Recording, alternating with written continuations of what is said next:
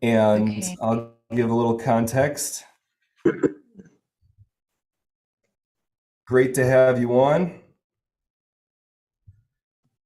Okay, so thumbs up, Jane. We there? We there? All right, sweet. Okay, happy New Year. Happy 2023, everybody. This is Career Lab Wednesday. We're here every Wednesday, noon to 1 p.m. Central Time. And we have different topics each week, but our primary goal is to serve you. Our primary goal is to help you advance in your career. We look at your career as a pathway for you to reach your potential, as the vessel for you to become who you can become. It's a place where we spend a lot of time and where we interact with a lot of people. So it's really a wonderful spot for us to develop ourselves. And so that's the overall framework. I love it when you jump in directly on Zoom, like Drew, Brianna, Eric, Jorge, James. When you jump in directly on Zoom, we can work with you one to one, easier that way. If you can't, if you're just watching the stream and you have a question, type your question into the comment section. Jane will get that over to us. We'll do our best job to answer that in the time that we have today. So, for those of you who have been viewing in, Drew Allison has been joining us for the past few weeks as he is in a transition and has been kind enough and courageous enough to be sharing the steps of his transition with us. So it's been a really helpful time. He's got a lot of great background experience, lots of experience in hiring, lots of experience in managing. So he's a wonderful resource for all of us here. And so a format that we use in Career Lab is we invite you to share. You don't have to ask a question that is on the topic of New Year, New You. Our most important thing is, are we serving you? What's on your heart? How can we help you advance, whether you're starting off in your career, whether you've been somewhere for 20 years and now you're changing roles, or whether you're at somewhere and you're like, hey, I don't know how to communicate with my boss. It's like a thing I want to work on. Any question you have regarding your career, bring it in. It's our job to support you. So all that being said, Drew, I'd love to catch an update from you on where you're at in your search and where you're at in your next steps. Absolutely, George, and I really appreciate the opportunity to be here again. Am I echoing a little bit? It is, and I don't know why. Let's try that one more time. Okay, I think we're good now. I think we're good. Awesome. So it's really good to be here. Happy New Year, everybody. As George mentioned, I'm in the middle of a transition. My company notified me just before the holidays that they are eliminating my position in February. And if you don't know me, I've been in sales my entire career, over 20 years. I spent a large chunk of that in the high-end retail space, made the transition to the insurance industry 4 years ago. Have had fantastic growth within insurance. So I've been a producer and a salesperson.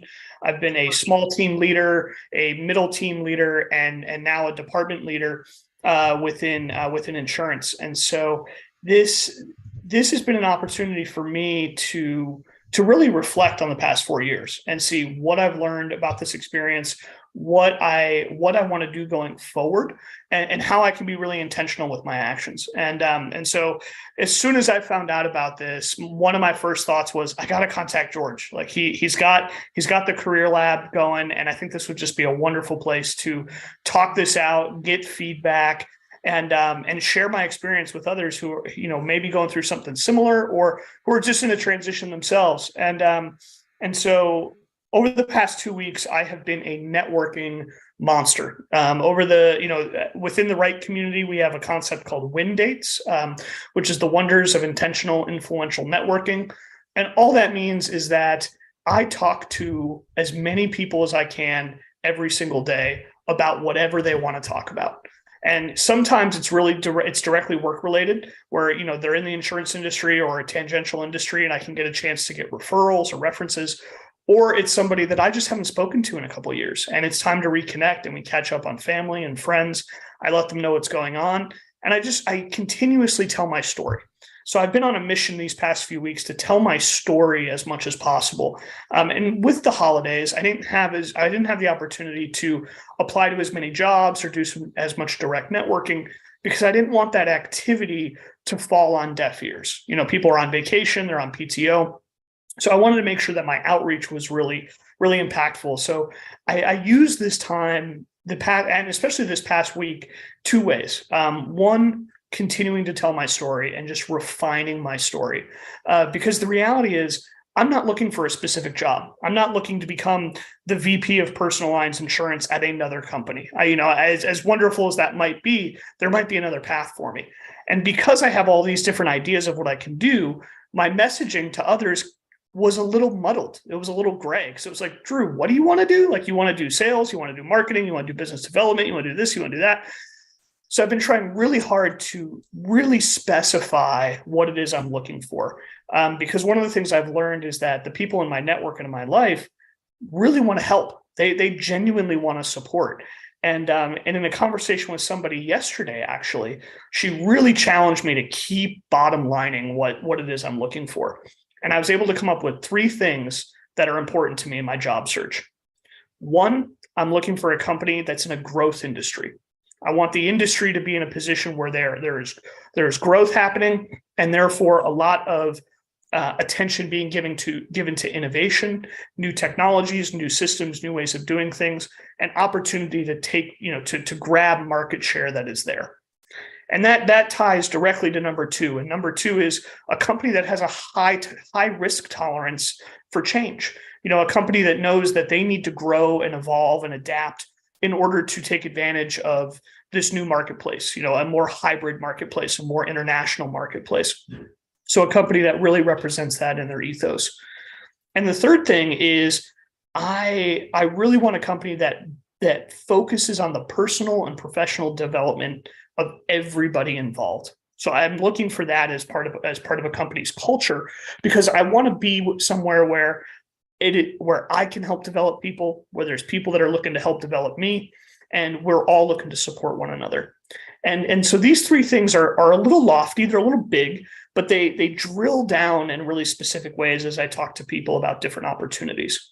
And that's been the second focus this week, is really, and I mentioned it at the end of the last call, I've been looking into a lot of job opportunities and cataloging that data. I've been looking at what excites me, what interests me, what is it about these companies that draws me to want to apply. And I've been cataloging all of that into a spreadsheet. And I was reviewing that spreadsheet right before the call, and I noticed some really interesting data, some interesting patterns. There wasn't a single job on there that I was interested in where a company had less than 10 employees. Which, if you had asked me before this, I was like, yeah, I'd love to work at a small company with only 10 employees. And I'm not going to count that out. But it's interesting that all the roles and the salaries that I'm looking for and other things, it seems to be with companies with 50 or more employees. I was like, okay, that's interesting. And totally against what I probably would have thought I was looking for before that data. The other thing is, I've got about 15 companies listed on the spreadsheet. There isn't one industry that has more than 3 companies there. So I have a really widespread demographic that I'm looking for. And this could be just my regional bias, but 90% of the companies are Chicago based. And so I'm also looking directly for that Chicago connection.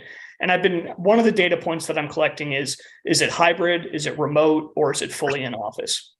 And more than I realized, I'm looking for hybrid. I'm looking for the remote opportunity, but I'm also looking for that in-office opportunity and that face-to-face opportunity. Again, had you asked me before I started, I probably would have been like, I want to be a digital nomad. I want to work from wherever. I want to be totally remote. But as I've looked at these job descriptions and all the other factors, being hybrid and having the opportunity to be face-to-face with my colleagues is actually something that is more important to me than I realized. So George, that's kind of where I'm at right now. I'm dialing in on some of the data. I'm doing a lot of networking. And now with the holiday just behind us, it's time to really start applying to jobs in earnest. Fantastic. This is great. Drew, thank you for the update. And I want to share a little more about your I'll just start talking. So, Drew, I want everybody to notice that in you wouldn't have caught this if you didn't catch the other ones, is of how Drew's paying attention to himself. So this is a key thing in our approach to career. Is it's a win for Drew. It's a win. He's really paying attention to what makes me happy, what turns me on, and that's a critical part of the data that he's gathering. So now he is actually able to look at all the companies he's looking at and say, oh my gosh, there's things that are surprising to me about what I'm getting back. None of us, this is one of the things I'll share often, none of us are really great at seeing and knowing ourselves. This is something we're all developing in evolutionary terms. It's just where we're at. There's all kinds of research that shows that human beings kind of suck at knowing what's going to make us happy. And so what Drew's doing is he's getting to know himself more in the process, and he's looking at a lot of stuff to help that, instead of just going with what he might have done and say, okay, I'm gonna get this one job here, like you shared earlier, like I'm gonna be VP of whatever place this is, and that's it, that's gonna make me happy. Drew knows enough because of his training and taking courses at Wright that doesn't work. There's no such thing as the one. So he's going at and he's applying a lot of the second phase of our evelating model, which is yearning, engaging, revelating, liberating, rematrixing, dedicating. I'm not going to say a whole bunch about the other four, but the first two, the engaging, it's like so important. Making phone calls, having conversations, networking. And a whole lot of that too, as you were sharing, Drew, is you're not, it's not just give me a job, give me a job, give me a job. You're talking to people about what's going on with them, and you're sharing about yourself in a way that's interesting to people. You're sharing about yourself in a way where it's like, oh, cool, I can start to picture Drew in his life, and that you're giving people context. So there's all these ways that Drew's engaging, operating a whole lot from the second phase of the evelating model. And this is an important thing, is a lot of times people will say like, okay, what's the job? I just need to find the right fit for me. And again, most of us don't really know how to meet our deeper yearnings. And so we have an idea of what we think is going to make us happy, and it usually isn't going to. So it actually takes the engaging to be collecting the data. And now, as you heard Drew talking about it, he's like, oh my gosh, there's these deeper yearnings. Like, I actually do want to be in person. I want that option. I want that available to me. It's giving him valuable data about who he really is as a person, that how do I meet my deeper yearnings? Somebody who follows their yearnings. So there's other things now I could touch on revelating, where Drew is probably having some revelating moments of, oh my gosh, like people are way more interested in me and wanting to help me than I would have thought.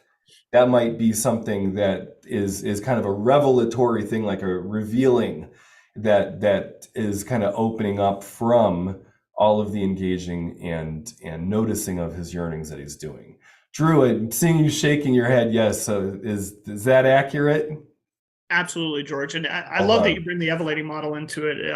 I think the engaging phase is spot on, it's exactly where I'm at. And my favorite part about the engaging phase is that the idea is to start doing anything so you can collect data. It's not about being perfect in your actions. It's about being prolific and doing as much as possible. And that to me brings a lot of joy and also a bit of safety, because I know that I'm doing things that are going to benefit me. So it gives me something to do, as opposed to sitting here trying to figure out the perfect action. So when I first found out about, the job being eliminated, I went on LinkedIn and I literally sent 65 individual messages to people in my network that I knew I wanted to talk to. And it was like, were the messages perfect? Were they as thought out as they could have been? Do I look back and wish I had worded things a little bit differently? Absolutely, 100%. But that activity, that engaging, got me going, so I could do the revelating part, the reflecting, And then the liberating aspect, which is the more intentional action, comes from all of that engaging. And the engaging is fun because it's just throwing as much of myself at the wall as possible and seeing what sticks. And what's really, it's, what was scary about this all happening at the end of the year when people were on PTO and not being around is now becoming really exciting, both fear and joy, because people are coming back and they're starting to respond to my messages a little bit more. And people who I thought, no, I probably won't hear from them and that's okay. It's like, oh, we're actually starting to get a bit more engagement, between people. And so it's interesting watching this whole thing unfold, and knowing that I'm not going to apply to my dream job and get that dream job. That might happen, but it's most likely going to be a much more surreptitious route. Like it's going to be an application that leads to somebody who knows another recruiter, and then I end up meeting, and it ends up being that kind of thing. And in my experience, that's how it's almost always worked. And it's making this whole experience a little bit more enjoyable than I thought it would be. But it all started with that action and that habit. So because I sent those 65 messages in 2 days, which takes a lot longer than you would think, it took a good probably 10, 11 hours to get all those out. Now every morning I go on LinkedIn and I apply to 5 jobs, and it's like, whether or not it's getting those habits together. And I actually, part of my data set is, did I apply to the job using the easy apply with LinkedIn, or did I actually go to the website of the company and fill out a full application? And what that tells me is, how interested am I really in that job? Because I'm sure there's people here or people that are listening that were like, oh, that job looks interesting, I'll apply to it. And then you get into their website and it's like a 75-page application. You're like, forget it, I'm not doing that. And so it's interesting to me, like how excited I am about an opportunity based on the job description, mutual contacts, what I know about the company, and how much time I'm willing to put into the application for that. And sometimes I've found that it's really just a time of day thing for me. I fill out more applications in the morning when I'm working on this than I do in the afternoon. I'm more present. I'm more willing to put that extra work in earlier in the day, and I get a little bit more kind of cognitively burnt out and not as focused later in the day. So what that tells me is I need to put the bulk of my activity in the morning, which is something I've learned about myself from being in, managing a sales pipeline for 20 years now as well, is that's kind of my key activity time. So figuring that out has been a huge help as well. Fantastic, Drew. Yeah.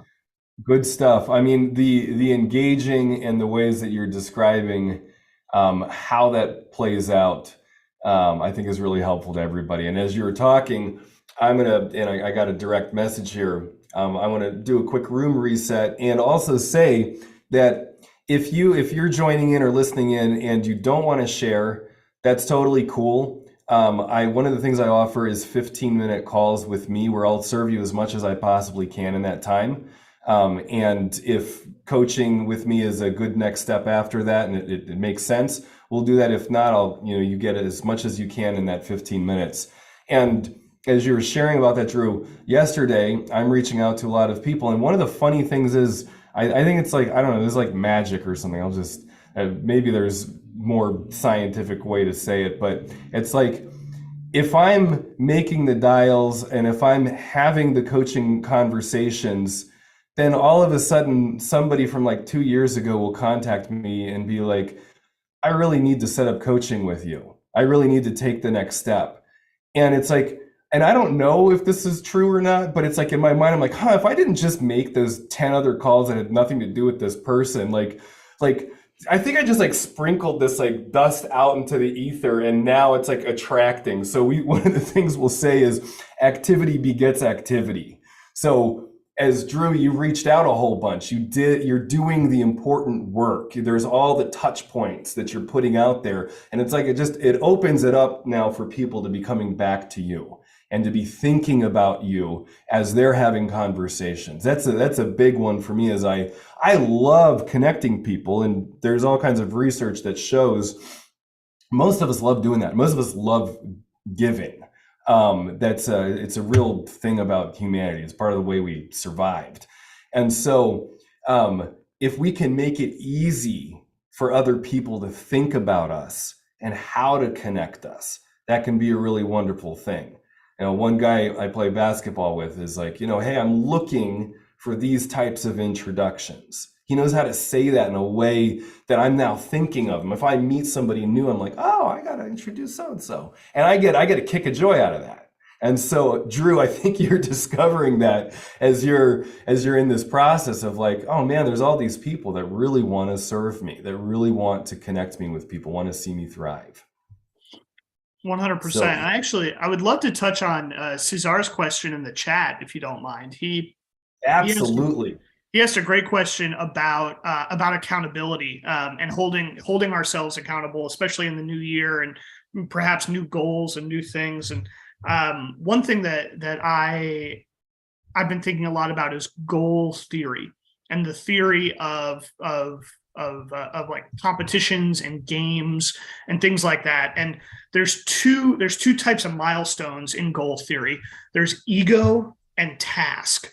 And one thing that I've started playing with is if I want to try to accomplish something, I think, does the goal need to be an ego goal or a task goal?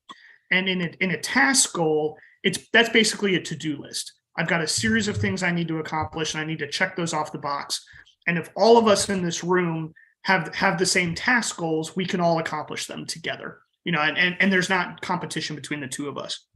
An ego goal is where I get the chance to compete, and often in a friendly manner, but compete against other people and kind of get to something first. So in sales, it's about being the top salesperson. Domestically, it's maybe I try to get dinner started before my wife does, so that way I can make dinner that night and take care of her before she gets a chance to take care of me. And like, that's like a little goal that I have. Like right now I've got a sprained ankle, so I have a hard time walking around. And so I'm thinking of ways that I can do things for her that she might not think of. And so those ego type goals I think are really interesting. And I think sometimes in the past, I've tried to compete with myself from an ego standpoint where a task goal was more appropriate. So looking at this job search and looking at my career development, I think daily task goals are excellent for my psychology. Like being able to write that to-do list, say, this is what I'm going to accomplish today, and this is what I need to get done, and then being able to check those off the list. It sounds super simple, but one of my favorite things about this whole new year, new you idea is that we get to go back to basics without having to really think about it too much, or judge ourselves from going back to basics. I think going back to basics is one of the best things that we can do. But I also like to know where I stand with others. You know, so if I'm applying to jobs, I'm also looking at who else applied. You know, I signed up for the free 1 month Premier LinkedIn, and I got to see how I stack up against other people that are applying for jobs. I'm seeing what skills they're listing, what their career highlights are. And I'm starting to see like, okay, like, and I'm objectively, I've got more experience than this person here. I've got less experience there. And I'm honestly assessing myself in the talent marketplace. And really getting a good sense of who I'm competing against there. So from an accountability standpoint, I love this idea of kind of task and ego. And the ego goals, I tend to give myself more than just a day to accomplish. Like that might be something I'm doing for a whole week that I'm focusing on, whereas the tasks are a little bit more daily. And my favorite part about task goals is at the end of the day, assessing what I've done and what I haven't, and really asking myself, why didn't I accomplish that? So one thing that I have on my to-do list right now is I need to pay for a series of networking, basically networking subscriptions for people on my team. And I'm totally putting it off, right? Like, there's a lot of reasons why I'm doing it. What I'm realizing, the main reason is I've never done it before. And so I don't know how long it's going to take. I don't know what the specifics are. I don't know who I'm going to need to talk to. So all these things are piling up in my head of why has this been on my to-do list for 3 days and I still can't knock it off? And it's fear of the unknown. It's, and so what I don't accomplish is teaching me more than what I do accomplish. And I'm learning, okay, these are things I need to, again, tackle earlier in the day, because I've already learned that I'm much more cognitively adept and with it and awake in the mornings than I am in the afternoons. So it's those tasks that I push to the end of the day that I end up putting at the beginning of my day, the next day, and really knocking them out. So I don't know, I hope that helps, but the whole task ego separation is something that I found to be really interesting. Drew, thank you for sharing that. That helps me look at how I go about things differently. And Caesar, I see you're on video. What's your response and takeaways and anything you want to add? No, thank you. I appreciate it. And thanks so much. Thanks for the chance, George. And thanks for the wisdom, Drew. I'm intrigued. I had never heard of the goal theory is what I wrote down, goals theory. So I'm eager. The academic in me and the analyzer in me is coming out like, okay, I got to look that up. But at a high level, definitely resonates with me in terms of being very task oriented, which I am. And like you've had a lot of awakening moments where like mornings are more productive for me. Where I'm struggling a little bit is I have some career related goals. However, I don't feel the pressure that I have to do some of the things that I have to do. So I'm in a scenario where I'm like sort of proactively, because of the state of the market, like thinking, well, you know what, it's a good time for me to update my resume, as an example. I intended to do that during the holiday break, was working with my coach to do that, went out the window. And it really went out the window when I caught COVID again. So I'm just like, shoot, what do I do now? And that's part of the reason why I'm struggling. Like, how do I hold myself accountable when I don't have that pressure that I used to have? Drew, I've been in your scenario before, which is like, okay, I got to work on my resume. I got to apply for jobs. Wondering if you have anything around that, like when you don't necessarily have that pressure, yet you still want to hold yourself accountable. Okay, so first of all, I'm going to plug the visioning event that our founder, Dr. Judith Wright, does every year at this time. So she's hosting that tomorrow night because she goes a lot into goals and New Year's resolutions and why this stuff most of the time doesn't work, why people don't stick to it. And Caesar, my hunch is there's all kinds of like lovely little things I would like to do. I mean, even like creative projects. Like I've been talking about getting my first recorded album on Spotify for like, over a year. What would it actually take for me to do that? For what would it actually take for you to do your resume? You might try the Heart of the Fight template or the Stinking Thinking template. I know you're part of Wright Foundation, so you know those tools. And one of the things that I'm going to use what you were sharing, Drew, about your process of networking and reaching out and getting clarity about who you are and what roles you're looking for.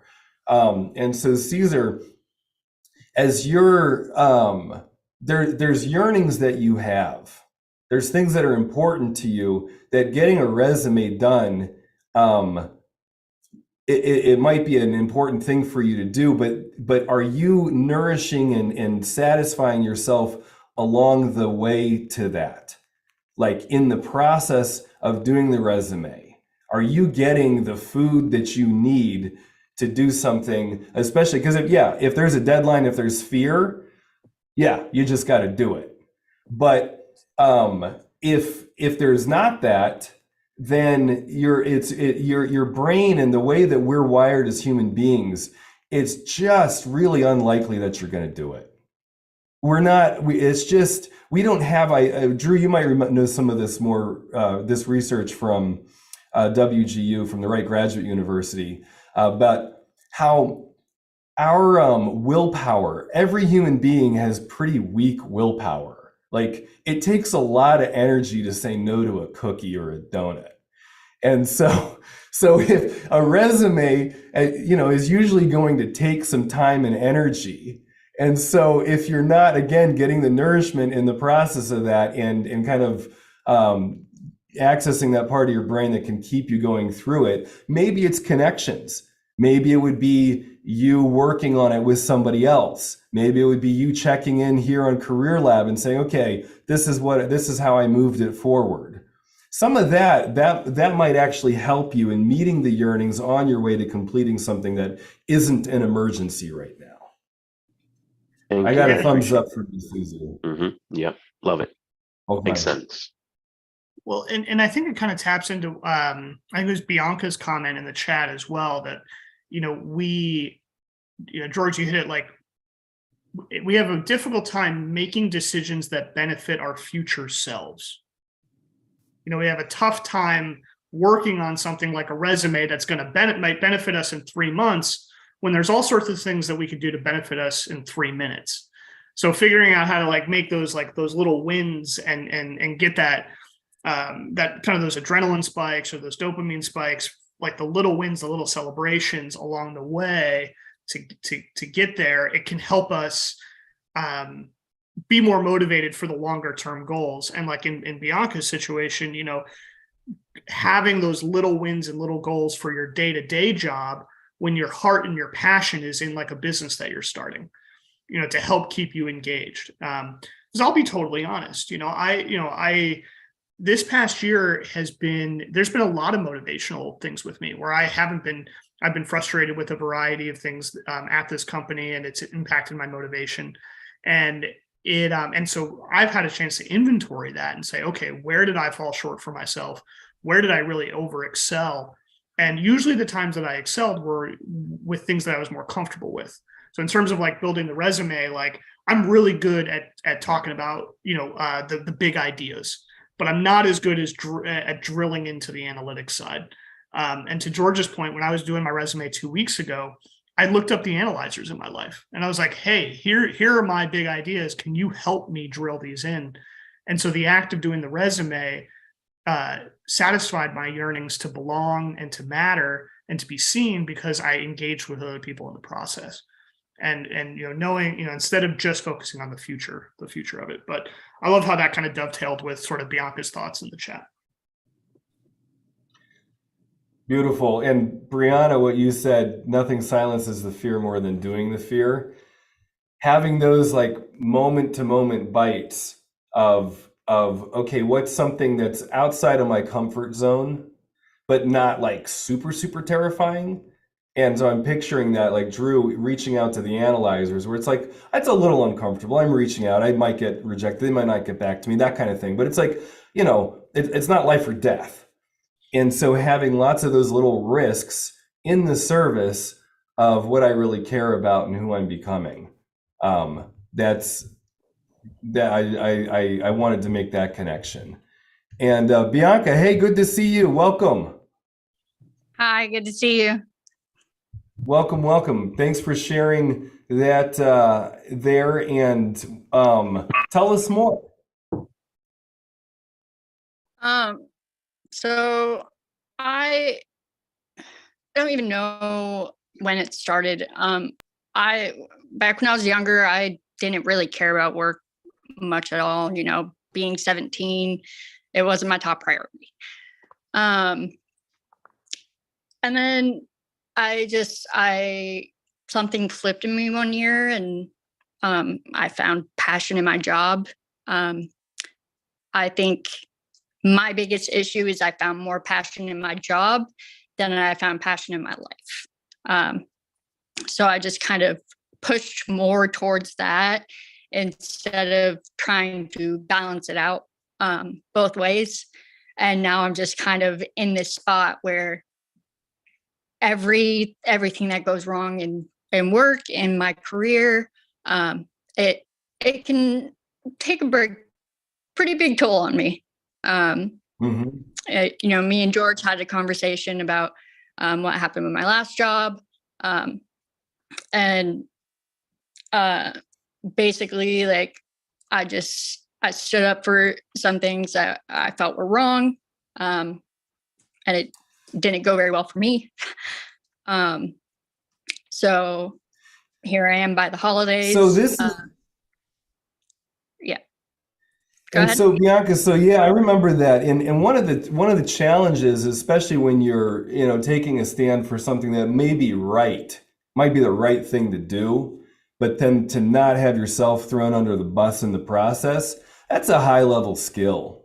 I mean, that's something to learn. I mean, and we talked about, I'll plug this again, our More Life training, which is a deep dive in social and emotional intelligence, where we can start to get the skills to be able to soothe myself in a stressed conversation, where I'm actually able to handle more and more stress without kind of breaking down.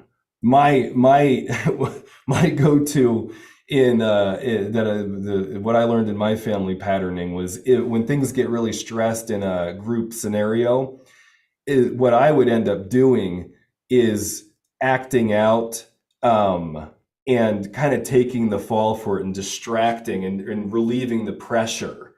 And it worked. It kept the family going. It kept the system going, but it didn't work out so greatly for me. And it didn't really help the system transform. So transforming a culture, Bianca, and what you were sharing about, that is a very, very challenging thing and takes a great amount of skill. And probably for where you were at, it was just better that you're not there. And you're also scanning forward to the next scenario and saying, okay, how am I going to do this differently?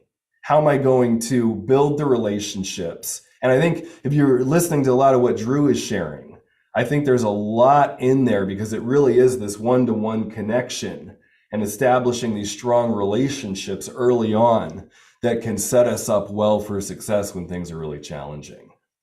And yeah, absolutely. Everything in terms of Drew was saying was like, I connected with that pretty well. Especially with like, I'm starting my business up here soon. I'm building an e-commerce store. I have a website, I have a domain, trying to shut down for the Chinese New Year from January 15th until February 1st. So that kind of puts a hold on everything, which is in a way kind of still good for me, because I have a tendency to jump and not breathe and just kind of just deep dive right into it and throw my all into it. And then I burn myself out. But with it being on hold for the rest of January, this gives me an opportunity to really take a step back, look at what I want to do, look at the products I want to sell, make sure my website's as good as it can be. It's just a basic starter kit. So I'm not going too big. I don't have a single customer yet. It's definitely nerve-wracking, but it's also very exciting. Starting a business is definitely something that I have always wanted to do for as long as I can remember. Yeah, it's not the business I want to get into, but I'm putting my foot in the door. Right on. Bianca, best of luck with it, and keep us updated. And the business stuff is, there's a lot that you're getting into there and we'll be learning about. And the thing that I kind of want to lay out for everybody listening in is the personal development and how that ties into your career development. And being able to put the oxygen mask on yourself first, so to speak. I think that's a real skill for a lot of us to learn, probably especially women, and to learn how to really tend to ourselves so that as the stressors come on, I'm going to be more effective in that. And so, is there, I don't know, I think I want to hear from you next week and in the following weeks about how you're doing on that personal development goal. Somebody Asaya put in thick skin, some people call it thick skin. I think, yeah, like maybe it's the ability to do that, but we also don't want you to be an armored fortress that like never lets anything in, because you also do need to get nourishment. So it's like a both and. So let us know how that's going as we continue into 2023. Oh, I definitely will. Right on. Well, sweet. Well, so I'm going to do a quick room reset. This is Career Lab, first one in 2023 here in Chicago. I've seen lots of things on Instagram or whatever that it's the year of Michael Jordan's jersey number, and I like that. So I'm thinking about this year that way. Yeah. And so we invite all questions, anything career related. Let us know how we can serve you. Sometimes it's a quick one-off question. Sometimes it's a thing that you're working on over a period of time. And our job is to support you in developing yourself in your career. So however we can serve you, let us know. I'm kind of itching to hear from Beth and Brianna. Beth, it's been a minute, and Brianna, it's your first time I've seen your face on here, so I'd love to hear what's going on and how we can serve you. For sure. Beth, you can go first. Hi, Brianna. Thank you. Hi. Hi, George. Oh my gosh, I'm so excited to be here today. It has been a while, but thank you so much for continuing to invite me. And I'm just getting up. I always get so much out of this, and being around others and being in a conversation with others who are also evaluating and sharing their journey is just so rich. And so thank you. And to everyone, and mainly for hosting. And then George, also just the coaching that we've worked on together has been extremely valuable also. So thank you for that. And so I am actually in a conversation that sounds very similar to Drew's right now. And I really am a big takeaway from this conversation is the wind dating thing. And I'm doing this same thing. I'm not maybe as prolific as Drew is right now, but I'm definitely connecting with people and having conversations and looking at the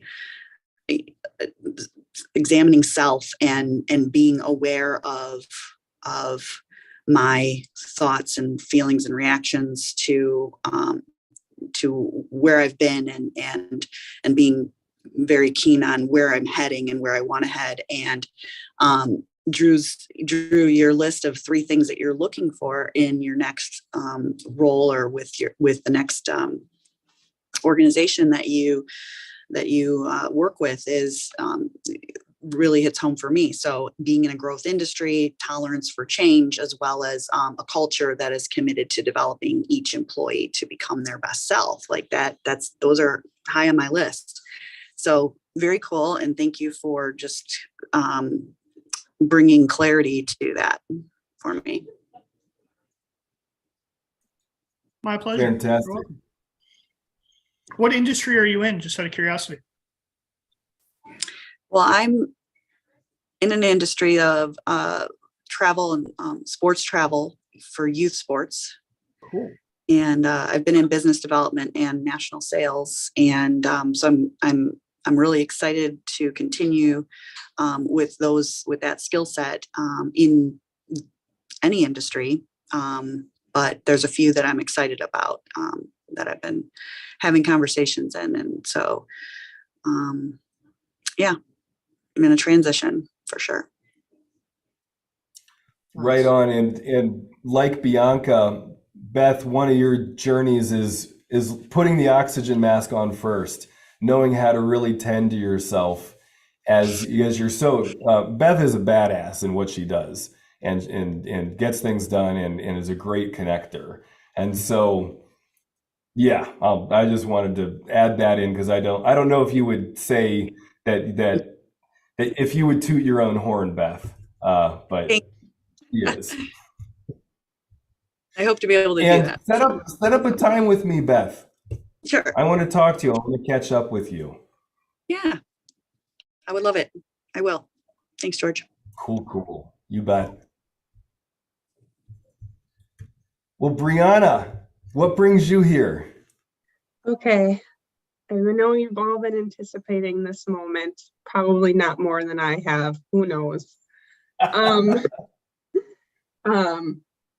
First things first, my name is Brianna Heinz. I know you all can read, but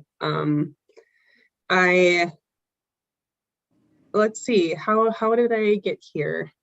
I want to say George reached out to me a couple months back. I was in the process of the transition myself, but it was more so, to be completely transparent with you guys, it was more so like I was in a dark place, looking for a career maybe somewhat similar to what some of you are doing. But I really just kind of dived in, and I knew that I didn't want to settle.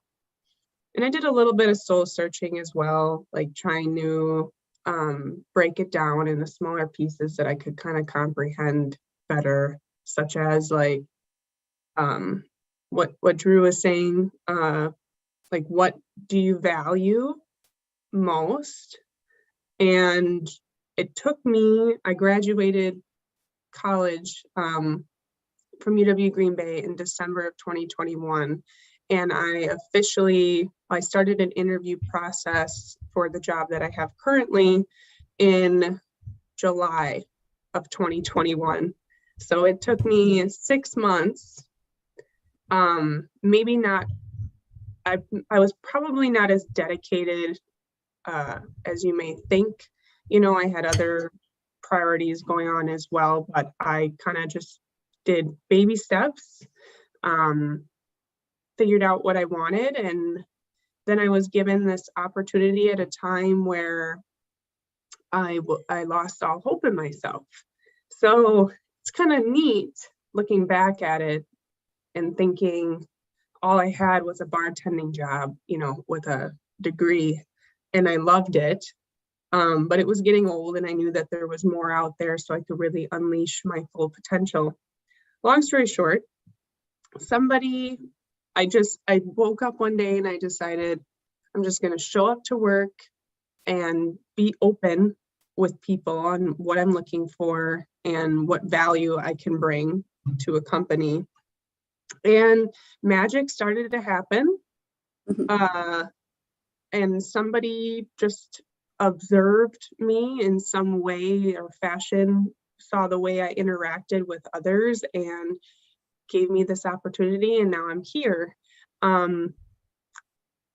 Still not all rainbows and butterflies, but now I am trying to work on my self-awareness, growing my network. I'm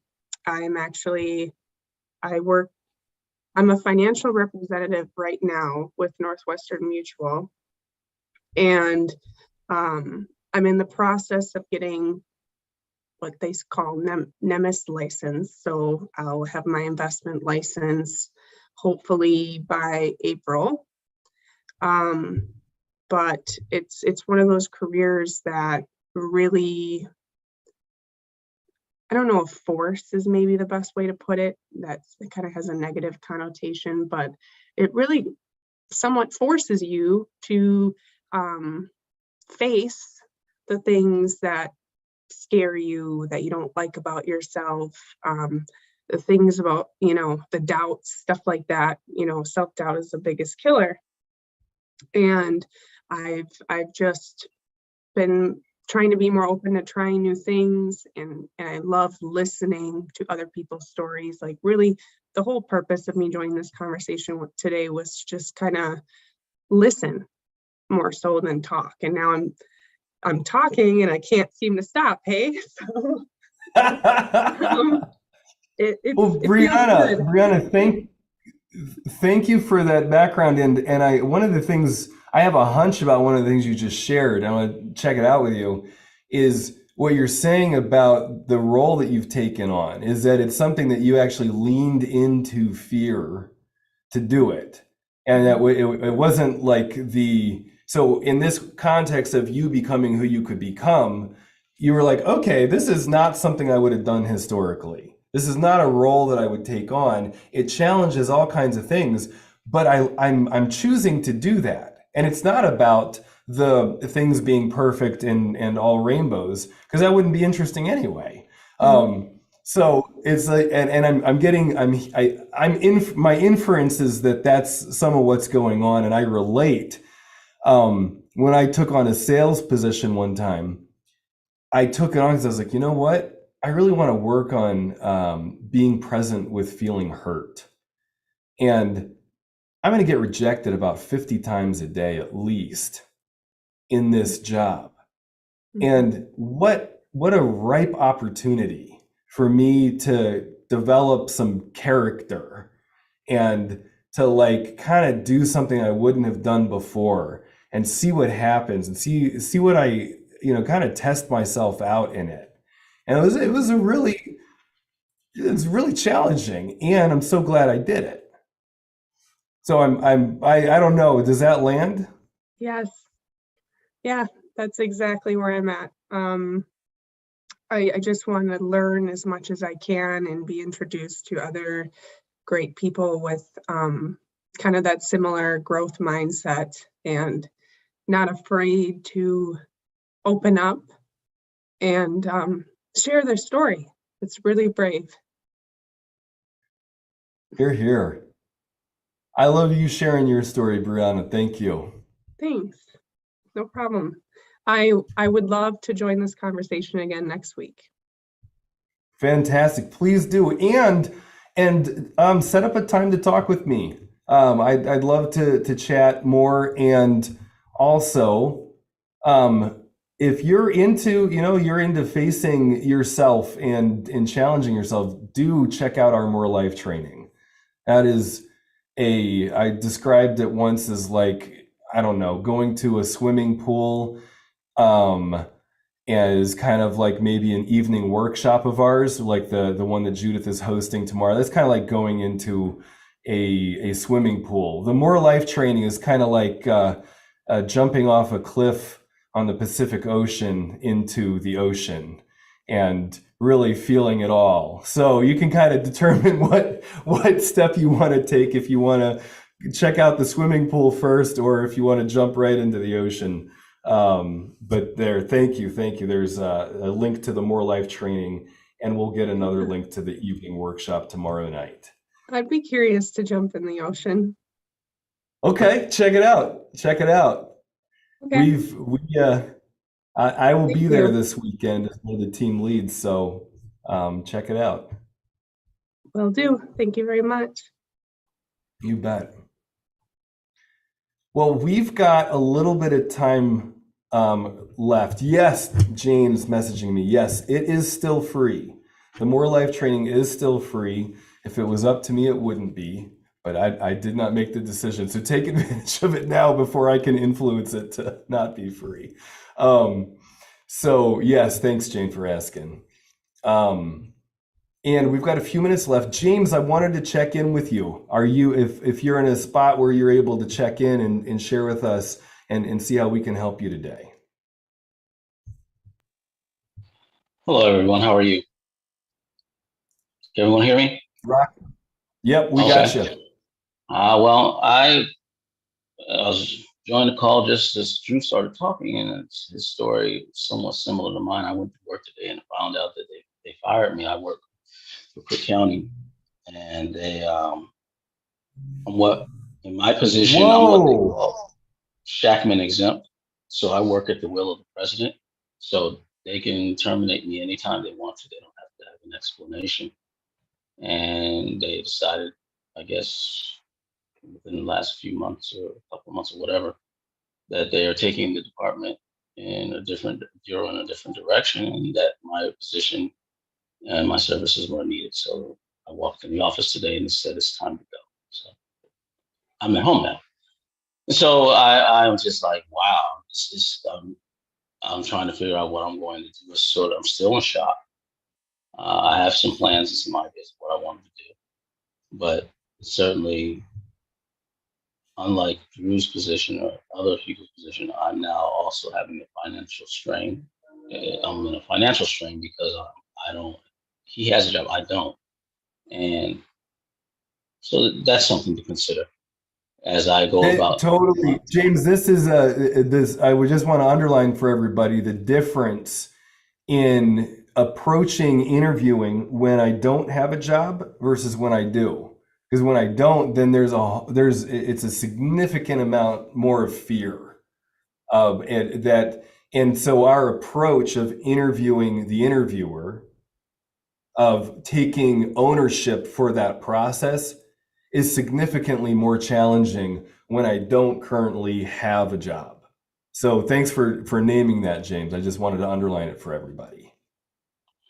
So yes, I I'm scared because I don't know. I really was looking for more work, but I don't know what exactly I'm going to do. As far as I'm looking to build skills, and I'm looking for something different than what I was in, but this is hit. So the things that I want to do, I'm in nourishment and self-care lab, and it costs money, and their trainings and the good ones, at least the ones I want to go to, cost money, and I don't want to give this up because I feel as though the community here is very helpful for me and critical for me to grow and expand and become who I am as it is today. But at the same time, there's that financial strength. So I'm putting it all together. Absolutely. So James, this is Good news is I get on a plane. new info. So one of the things is what I'm so glad that you joined today, because networking. That's something Contacting that I've people been, as much as you can. Setting up I as will be many, doing. go nuts with your win dates. Shall do. And you want to actually, and I'm saying this for everybody listening and to you directly, is you want, right now, the cool thing is that you've got a lot of the pain. And so you're going to have to grieve the loss. You can't just jump over the pain. Losing a job is like, more than a kick in the gut. It really hurts. And it's important to honor and acknowledge that. Because if you don't, what ends up happening when you're going into interviews is that you try to oversell yourself and stuff, and you try to make up for and avoid the reality of the hurt. And so it's actually an important thing to do, to let yourself feel the hurt. The other thing that's really important though too is to not let that bring your activity down. So if you're reaching out to somebody and you're just like, hey, I just want to take 5 minutes and express that I'm pissed off or how hurt I feel, that's great. That's great, because you're keeping the networking going. And James, I know you have a community that you can use your community this way. Then the other thing is to keep the activity up. What can happen is if I feel really sad and stuff, I can spiral into a depression. I can spiral into just where I'm not doing a lot of activity, where I'm avoiding more and more. And that hole gets really hard to dig out of until I'm incredibly afraid. But I'm going to tend to not make as good of choices from that space. And so to stay present with the anxiety and the fear that you have now, and use that to drive you to the activity, to the dials, to the networking, that a lot of what we've been talking about today, James. So I'm speaking to you directly, but I'm wanting everybody who's listening in, for anybody who's out of a job, to know that there's the grieving process, and to use the fear. You're gonna feel afraid. There's nothing wrong with you for feeling afraid. It's just a matter of, are you using the fear to drive you towards what you want, or are you avoiding it? Okay. I did have one question. Yeah. That is, I know that there are some areas that I wanted to work on that I now, my circumstances have changed, but I still, just basic things, looking at and responding to emails, doing them in a timely manner, just simple skills, maintaining a calendar, time management, all of those things that they can easily overlook. Those are things that I would like to spend some time developing and becoming much more grounded in. How would one go about doing that? Because certainly I hear what you're saying about the networking and the other elements, but So the real bind here, James, is that the things that you're naming don't take time to develop. There's a do it now-ness to it. It will take time for it to become a habit. Everybody's got a variation on how long it takes them to develop something as a habit, but a new behavior for you of always responding to emails in a timely way. I'll share personally, I used to not do that. Then I really made a campaign of it. It's like, I'm just going to respond immediately, and I might respond incorrectly and stuff, but I just did that. I did that for a while and it became a habit. Well, then I stopped paying attention to that. And I started to go back towards not doing that. And then I was like, oh shoot, I need to get back on that. So it's not, I don't think that, especially when we're, in our mid-career, I don't think it's a one and done deal. And my hunch is that the staying connected with community and people is going to help you continue to stay on point. Oh shoot, we're at 1 o'clock. So James, you've made a lot of progress in that in the past year, so just keep going with it. You're way quicker to respond than you used to be. Thank you. So yeah. Okay, everybody. Oh my goodness, I stopped paying attention to time. That means we're rocking and rolling. Thank you for jumping in today. Drew, thank you so much for your story, for sharing your journey with us. We will be back next week from noon to 1 Central Time, and I am looking forward to touching base with all of you then, and be in touch. Many blessings. Thanks, See you everybody. then. Set up a Great to time be with here. me. Set up a time with me as if that to take a next step there as well. Drew, thanks again. Cheers all. Thank you. Bye-bye.